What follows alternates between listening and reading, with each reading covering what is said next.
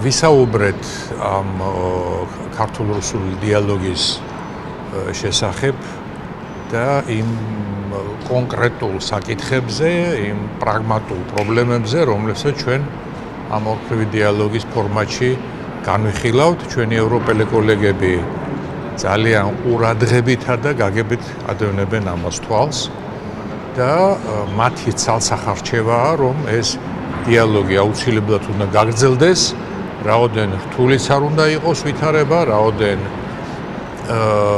პრობლემატურიც არ უნდა იყოს ზოგადად პოლიტიკური ფონი, ჩვენ აი ამ დიალოგისა და ზოგადად ასე ვთქვათ, აი ამ დიპლომატიური არხების საშუალებით მაქსიმალურად უნდა გამოვიყენოთ. ასეთია მათი რეკომენდაცია, ჩვენ ეს არაერთხელ მოგვისმენია, ასეთი მხარდაჭერა და ამავე დროს რჩევა.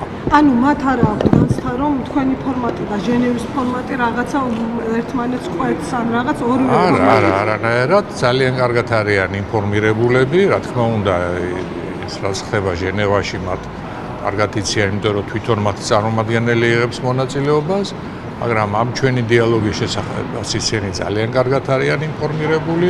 მეც ვაკეთებ ხოლმე ამას, საგარეო საქმეთა სამინისტროც აწვდის მათ შესაბამის ინფორმაციას, ასე რომ არანაირი გაუგებრობა ამ თვალსაზრისით ან ინფორმაციის ნაკლებობა არ არის, ვიმეორებ ძალიან ყურადღებით და ძალიან გაგებით ეკიდებიან და ამავე დროს სრული მხარდაჭერა იმისა, რომ ეს დიალოგი რაოდენად რთულიც არ უნდა იყოს ის, აუცილებლად უნდა გაგრძელდეს. ბატონ ზურო, გუშინ პრეზიდენტის გამოსვლა იყო პარლამენტში, სადაც მან რამოდენიმე აქცენტი გააკეთა მათ შორის თქვენზეც ისაუბრა კონკრეტულად ამ მოლაპარაკებების ფორმატზე და აღნიშნა, რომ უნდა იყოს სამართლებრივად და კანონით ზუსტად გაწერილი, რა ფუნქციები აქვს პრემიერის სპეცწარმომადგენელს და არ უნდა ხდებოდეს დუბლირება და ხშირ შემთხვევაში უნდა იყოს უფრო მეტი ურთიერთობა საგარეო საქმეთა სამინისტროსთან.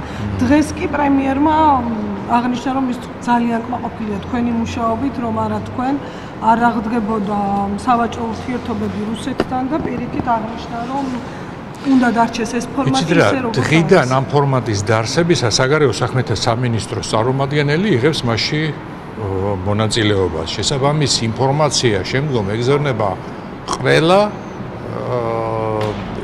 უწყებას, რომელსაც რაღაც შეხება აქვს აი ამ ქართულ-რუსულ პრობლემატიკასთან. დღესაც, გუშინაც, აი ამ დღევანდელი კონსულტაციების ფარგლებში ჩვენ ძალიან მჭიდროდ თანამშრომლობდით საგარეო საქმეთა სამინისტროში. გავიარეთ ყველა ის პრობლემა, ყველა ის საკითხი, რომელიც აქ ბრიუსელში უნდა განხილულიყო. ასე რომ არ ვიქნება კიდე რაღაცა წინადადება, იდეა იმისათვის, როგორ უნდა გაუმჯობესდეს ზოგადად ეს მუშაობა, ყურადღებით მოვისმენდი, რა თქმა უნდა. პრეზიდენტის კრიტიკას როგორ უყურებთ და პრემიერის შექებას ხო, აი დაბრუნდებით თბილისში და ალბათ უფრო გავერკვევით უკეთესად ერთშიც და მეორეშიც.